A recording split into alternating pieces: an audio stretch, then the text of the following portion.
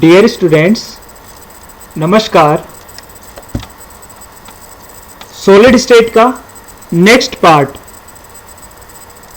Kinetics of solid state reaction का part 2 पढ़ेंगे हम, डिफ्यूजन इक्वेशन। तो चलिए शुरू करते हैं। सबसे पहले फ्लक्स ऑफ डिफ्यूजन। फ्लक्स क्या है?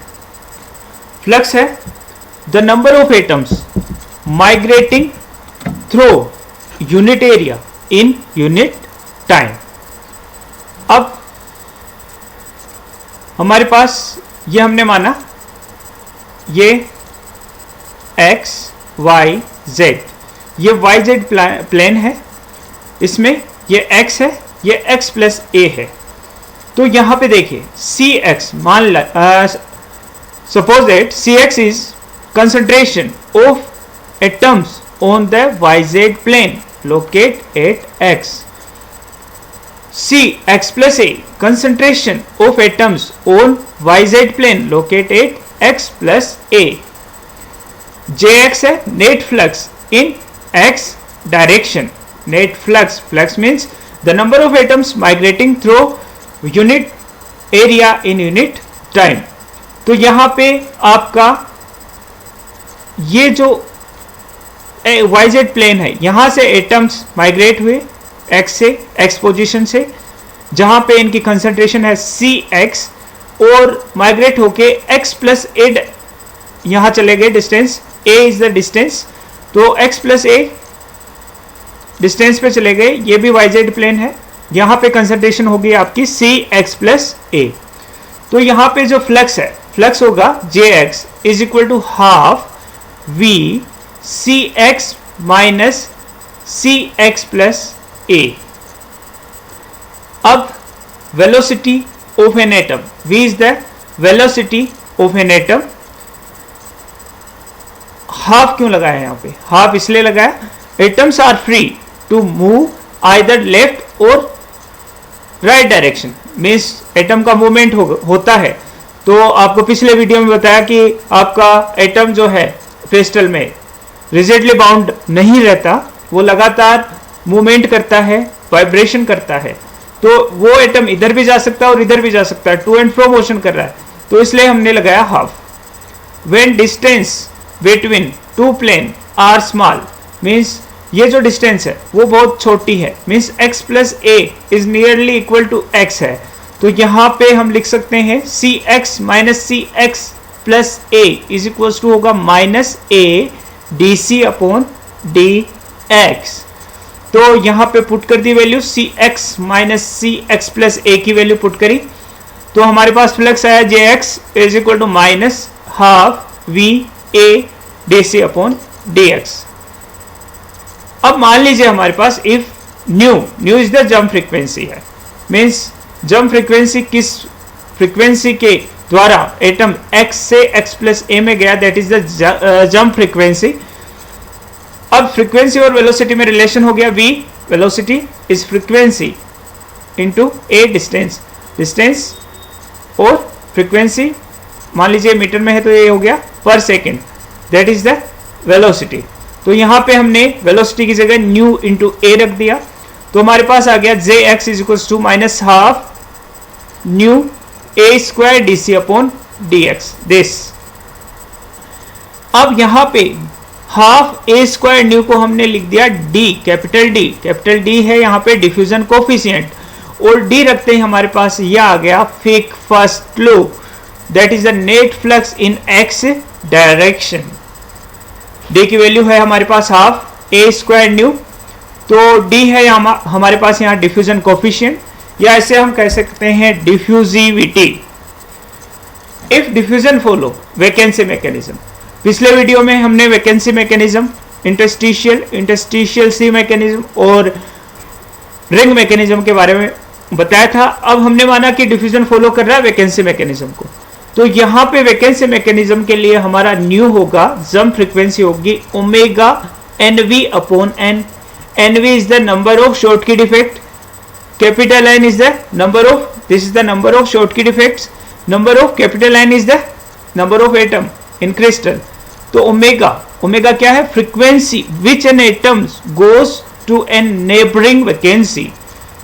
एनवी अपॉन एन हमने काइनेटिक्स ऑफ शॉर्टकट इफेक्ट्स या थर्मोडायनेमिक्स ऑफ शॉर्टकट इफेक्ट्स में देखा था कि number of Schottky defects N V upon N is equal to होता है e⁻−EV अपॉन 2kT। EV है यहाँ पे energy of formation of vacancy. ये हमने पिछले वीडियो में thermodynamics of Schottky defects formation में पढ़ा था। तो यहाँ पे हमारे पास वैल्यू आ गई एनवी अपॉन एन की।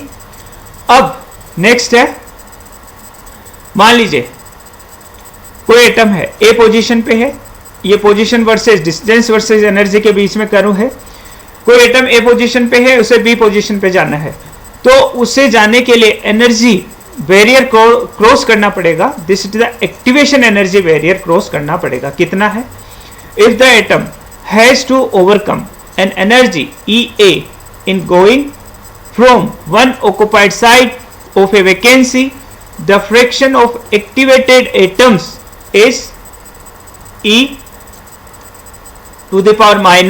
upon 2kT। तो यहां पे ओमेगा की वैल्यू आ जाएगी, omega is equal to nu naught exponential -EA upon 2kT। यहां पे न्यू नोट है vibrational frequency of an atom, जिसे न्यू डी भी कह सकते हैं।